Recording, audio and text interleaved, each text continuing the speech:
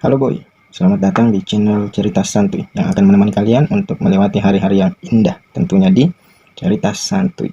Tapi sebelum lanjut, yuk sama-sama subscribe. Oke boy, kita gas.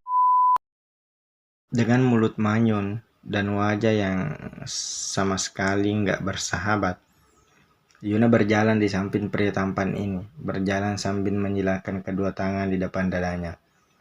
Sedangkan pangeran terlihat sangat tampan, bahkan sangat menyita perhatian setiap orang yang berpapasan dengannya. Yuna merasa sangat risih karena setiap orang akan tersenyum genit dan berbisik ngomongin kegantengan pangeran. Dengan kesal, dia menutup kepala pangeran pakai hoodie. Mending sembunyiin deh wajah kamu.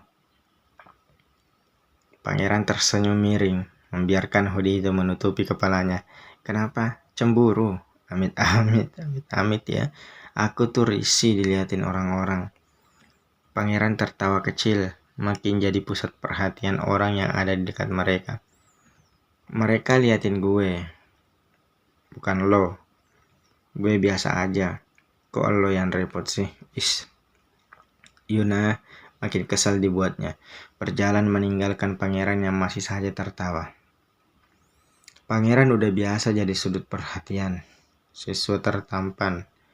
Banyak yang mengidolakan sering tampil di publik karena punya grup band di sekolah. Tentu untuknya bukan hal yang baru jadi pusat perhatian kayak gini. Aduh, keluh pangeran dengan tiba-tiba jongkok memegangi kaki yang sebenarnya nggak kenapa-kenapa. Sengaja pengen ngajakin Yuna duduk di tepi pantai. Yuna yang udah berjalan agak jauh darinya berlari kecil menghampiri. Ikutan jongkok menatap kaki pangeran.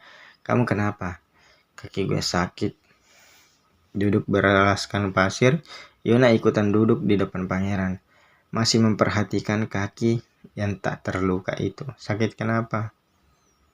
Pilek, jawabnya ngasal. Yuna menatap wajah tampan itu dengan kesal. Beberapa kali mencebik, ikutan duduk di samping pangeran. Mereka berdua mirip sepasang kekasih yang lagi marahan.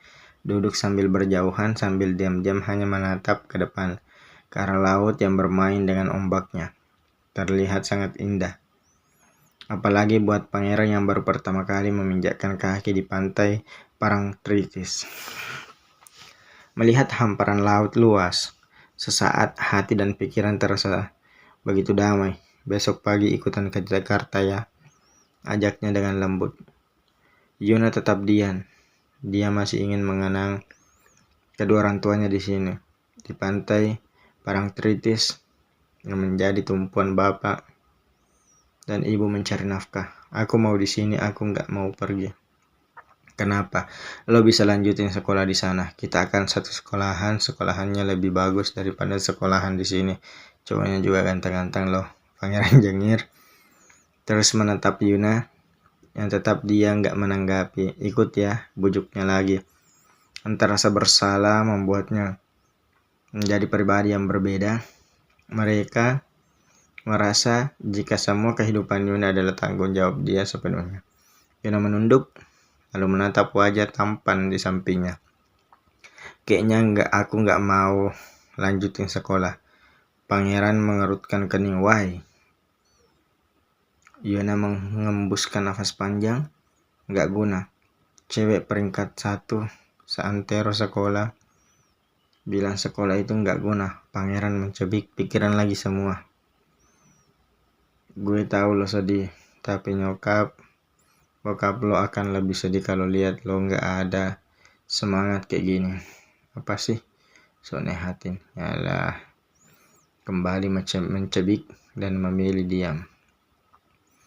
Lama, mereka kembali saling diam hingga ponsel pangeran berdering semua panggilan masuk. Pangeran merogoh saku celananya.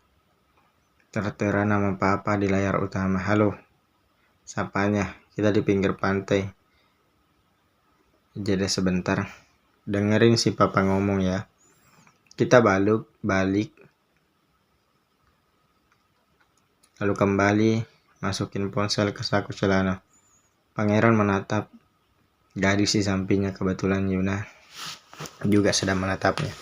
Balik yuk, papa nungguin di rumah lo. Tanpa menjawab, Yuna berdiri dan berlalu meninggalkan pangeran, membiarkan lelaki jelmaan Israel itu ngintil di belakangnya.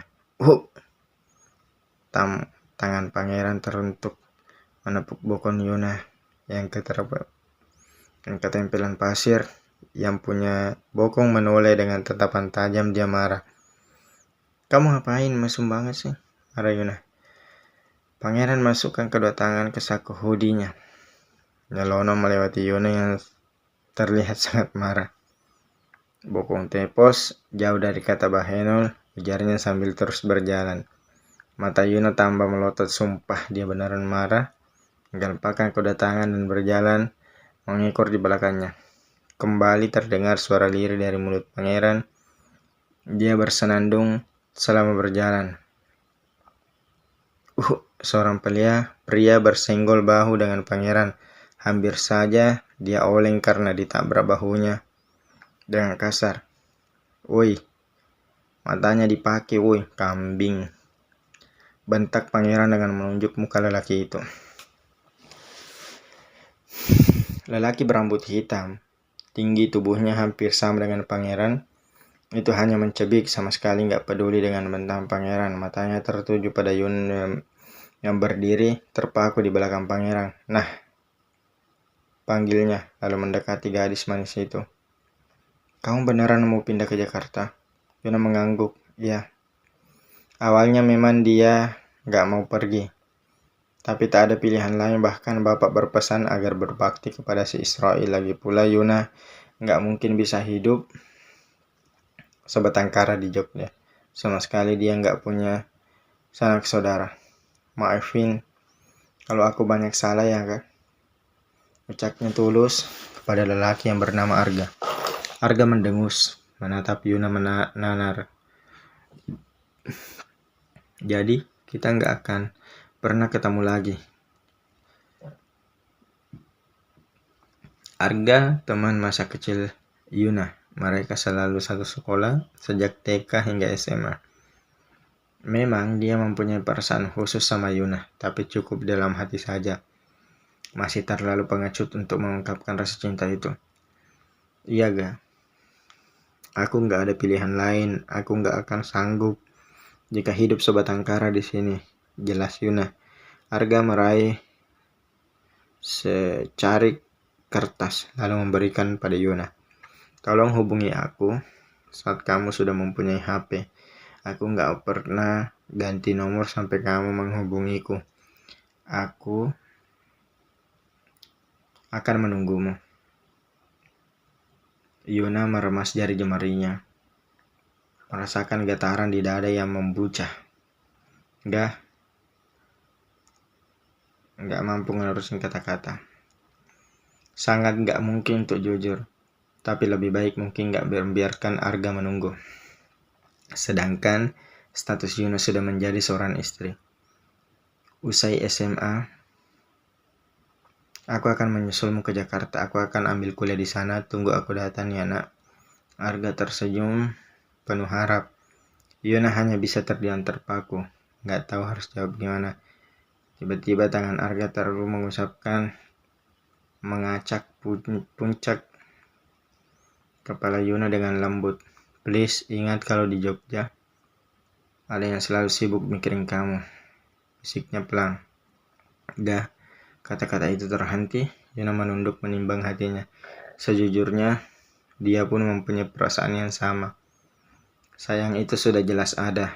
Namun jika dikatakan cinta, Yuna masih ragu. Jangan menyia-nyiakan masa mudamu ya. Kamu gak perlu nungguin aku. Andai Tuhan memang menjodohkan kita, pasti suatu saat kita akan dipertemukan kembali. Jadi please, kita jalani saja semuanya seperti air mengalir lewati arus. Sepertinya Arga mendengarkan itu. Bahkan dia tetap bersikukuh ingin menyusul Yuna ke Jakarta saat usai SMA. Itu terserah kamu nak. Aku hanya ngungkapin apa yang pengen aku ungkapin. Dengan tertentu, aku bukan pria yang ingkar janji dengan mudah. Kembali dengan Arga mengulurkan seracik kertas yang belum Yuna terima. Please, simpan ini, hubungi aku kapanpun. Jika kamu butuh bantuanku, langsung hubungi aku. Yuna masih terpaku memandangi kertas itu. Kita nggak ada yang tahu, nak. Keluarga barumu itu pengusaha apa? Atau pejabat apa? Mereka itu pakai pesugihan atau enggak? Anaknya jahat sama kamu atau enggak? Jadi hubungi aku jika kamu butuh bantuan. Anjing. Lo pikir bokap gue pengusaha butuh hijau? Pangeran yang memang menyimak obrolan kedua tak terima jika keluarganya dikatain nggak benar. Lagi-lagi Arga tak menanggapi itu. Tetap dia menatap wajah Yuna yang kelihatan sedih. Pelan, Yuna meraih kertas itu, menggenggam erat. Insya Allah aku akan hubungi kamu. Suaranya tercekat, menahan tangis yang hampir keluar. Aku pergi dulu ya. Mama sama papanya udah nungguin. Dengan berat, Arga mengangguk, mengulurkan tangan sebagai tanda perpisahan. Tangan Yuna bergetar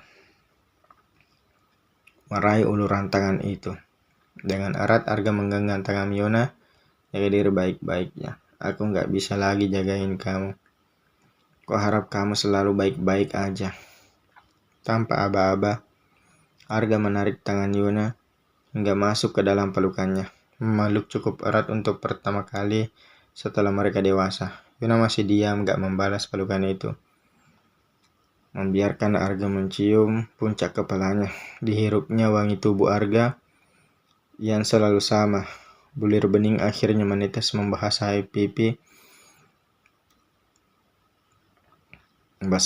Yuna. Aku sangat mencintaimu, nak. Maaf aku terlalu pengecut untuk mengakuinya. Maafkan aku, bisiknya lirih. Bahkan pangeran tak bisa mendengar bisikan itu. Sadar sebagai obat nyamuk. Pangeran mulai melangkah menjauh. Tai, gue dijahit obat nyamuk duluan. Gak butuh jawaban, dia melangkah menjauh. Mendengar langkah kaki menjauh, Yuna membalas pelukan Arga. Mengelus punggung itu. Maafkan aku, Gak. Maaf. Aku gak bisa bilang apapun.